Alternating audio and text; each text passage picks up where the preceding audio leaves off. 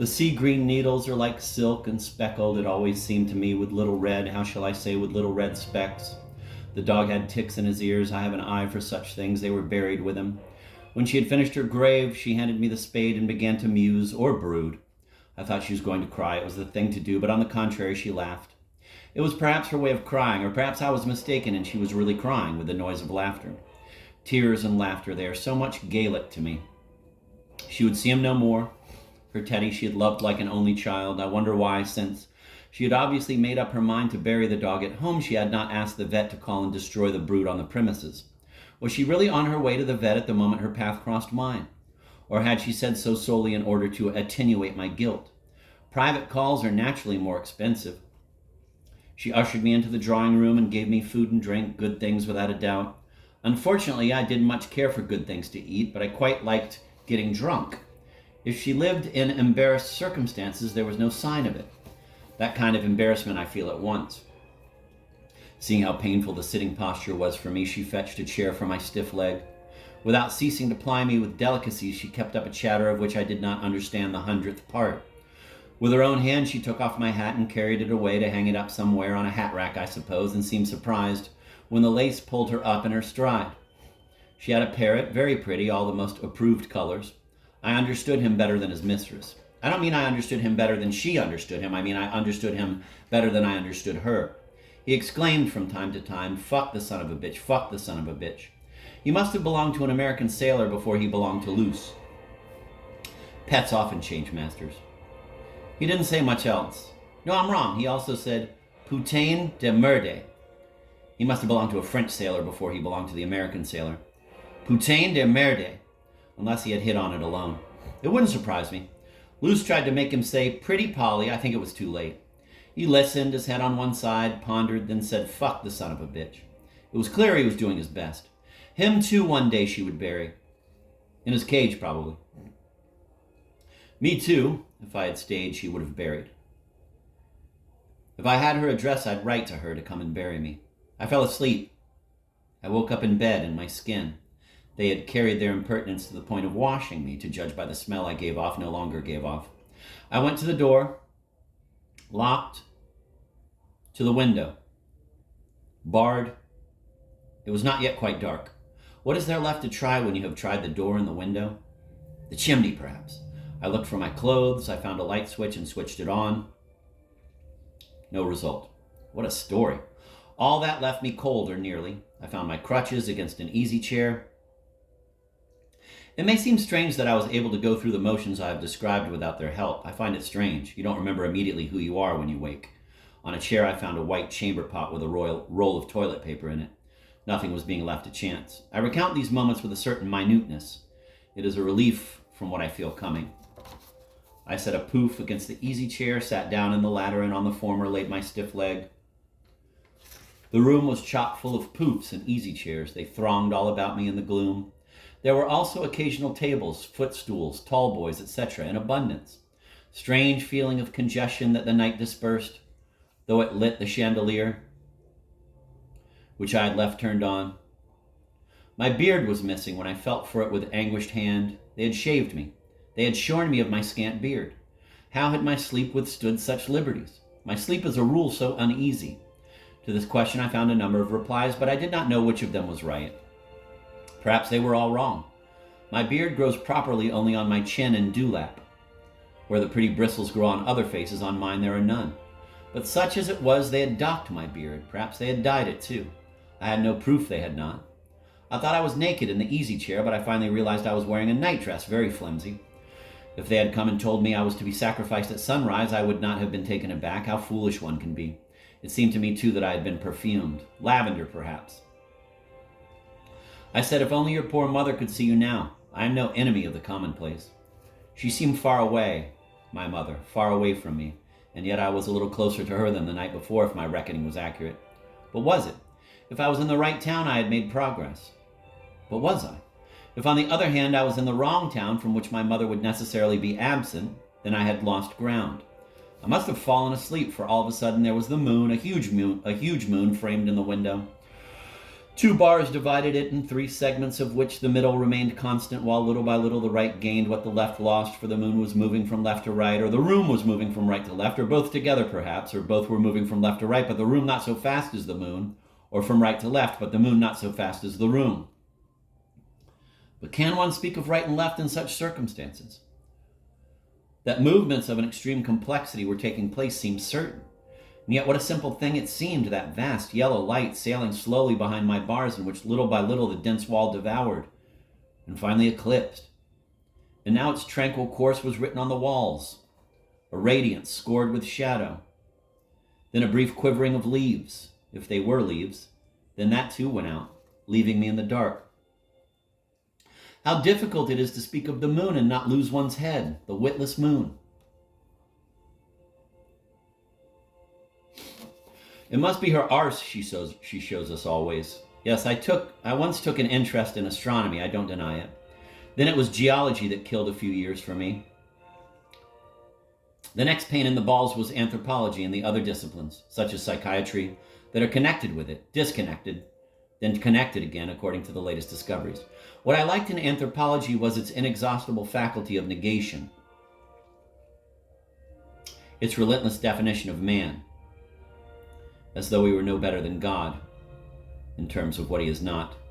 But my ideas on this subject were always horribly confused, for my knowledge of men was scant and the meaning of being beyond me.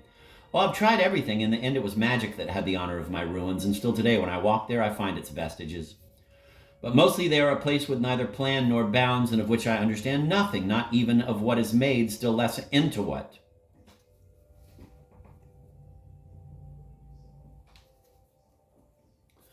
And the thing in ruins, I don't know what it is, what it was, nor whether it is not less a question of ruins than the indestructible chaos of timeless things, if that is the right expression. It is in any case a place devoid of mystery, deserted by magic, because devoid of mystery. And if I do not go there gladly, I go perhaps more gladly there than anywhere else, astonished and at peace, I nearly said, as in a dream, but no. But it is not the kind of place where you go, but where you find yourself, sometimes not knowing how, in which you cannot leave at will, and where you find yourself without any pleasure, but with more perhaps than in those places you can escape from, by making an effort, places full of mystery, full of the familiar mysteries. I listen in the voices of a world collapsing endlessly, a frozen world, under a faint, untroubled sky, enough to see by, yes, and frozen too. And I hear it murmur that all wilts and yields, as if loaded down, but here there are no loads, and the ground too unfit for loads, and the light too down towards an end it seems can never come. For what possible end to these wastes, where true light never was, nor any upright thing, nor any true foundation, but only these leaning things, forever lapsing and crumbling away beneath a sky without a memory of morning or hope of night? These things, what things, come from where, made of what? And it says that here nothing stirs, has never stirred, will never stir, except myself, who do not stir either, when I am there, but see and am seen.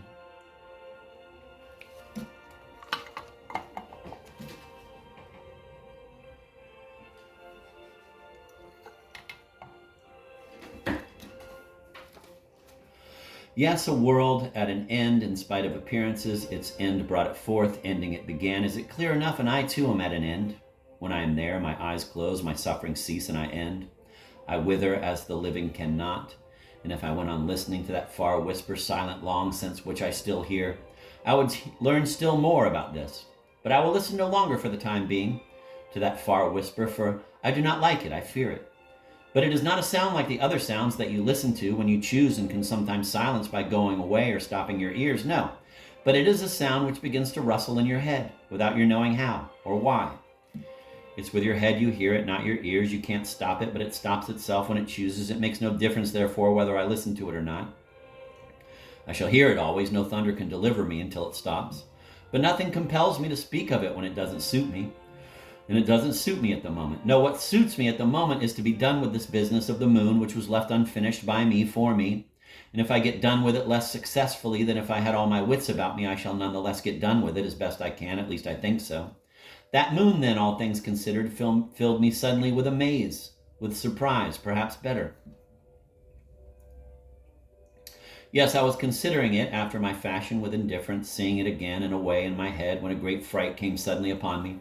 And deeming this deserved to be looked into, I looked into it and quickly made the following discovery, among others, but I confine myself to the following. following, that this moon, which had just sailed gallant and full past my window, had appeared to me the night before, or the night before that, yes, more likely, all young and slender, on her back a shaving, and then I had said, now I see he has waited for the new moon before launching forth on unknown ways leading south.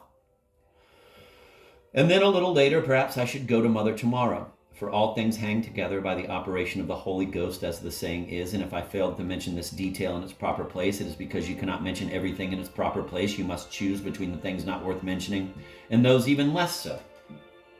For if you set out to mention everything, you would never be done, and that's what counts, to be done, to have done. Oh, I know, even when you mention only a few of the things there are, you do not get done either. I know. But it's a change of muck.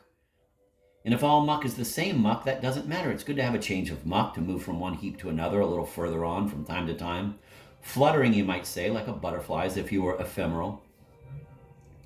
And if you are wrong, and you are wrong, I mean when you record circumstances better left unspoken and leave unspoken others, rightly if you like, but how shall I say, for no good reason? Yes, rightly. But for no good reason, as for example that new moon, it is often in good faith, excellent faith. Had there then elapsed between that night on the mountain, that night when I saw A and C, and then made up my mind to go and see my mother, and this other night more time than I had thought, namely 14 full days, or nearly? And if so, what had happened to those 14 days, or nearly, and where had they flown, and what possible chance was there of finding a place for them, no matter what their burden in the so rigorous chain of events I had just undergone? Was it not wiser to suppose either that the moon seen 2 nights before, far from being new as I had thought, was on the eve of being full, or else that the moon seen from Luce's house, far from being full as it had appeared to me, was in fact merely entering on its first quarter, or else finally that here I had to do with 2 moons, as far from the new as from the full, and so alike in outline, that the naked eye could hardly tell between them, and that whatever was at variance with these hypotheses was so much smoke and delusion. It was at all events with the aid of these considerations that I grew calm again and was restored in the face of nature's pranks to my old ataraxy, for what it was worth. And it came back also to my mind as sleep stole over it again, that my nights were moonless and the moon foreign to my nights, so that I had never seen drifting past the window carrying me back to other nights, other moons, this moon I had just seen. I had forgotten who I was excusably and spoken of myself as I would have of another if I had been compelled to speak of another. Yes, it sometimes happened and will sometimes happen again that I forget who I am and strut before my eyes like a stranger. Then I see the sky different from what it is, and the earth too takes on false colors. It looks like rest. It is not. I vanish happy in that alien night, which must have once been mine. I am willing to believe it. Then the anguish of return. I won't say where, I can't. To absence, perhaps, you must return, that's all I know. It's misery to stay, misery to go.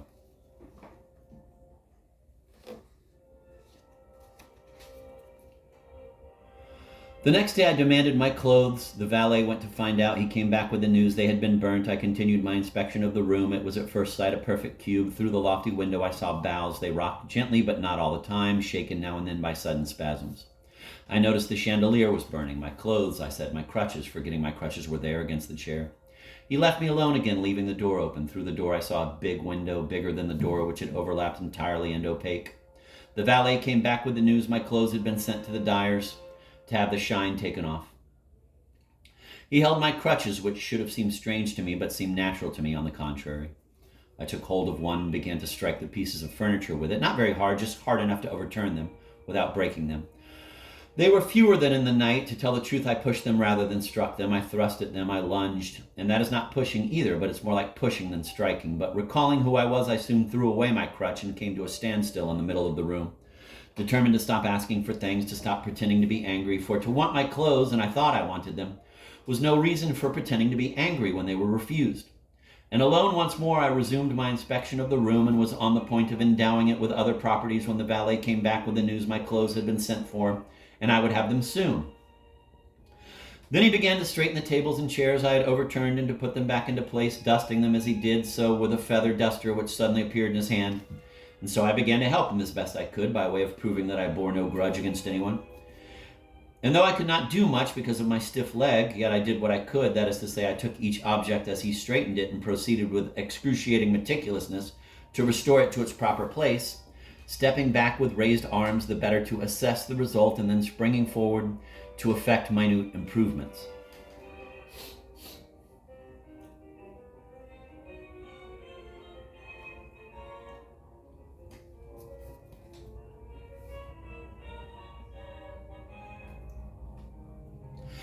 And with the tail of my night dress, as with a duster, I petulantly flicked them one by one, but of this little game too I soon wearied and suddenly stood stock still in the middle of the room. But seeing him ready to go, I took a step forward and said, "My bicycle." And I said it again and again, the same words, until he appeared to understand.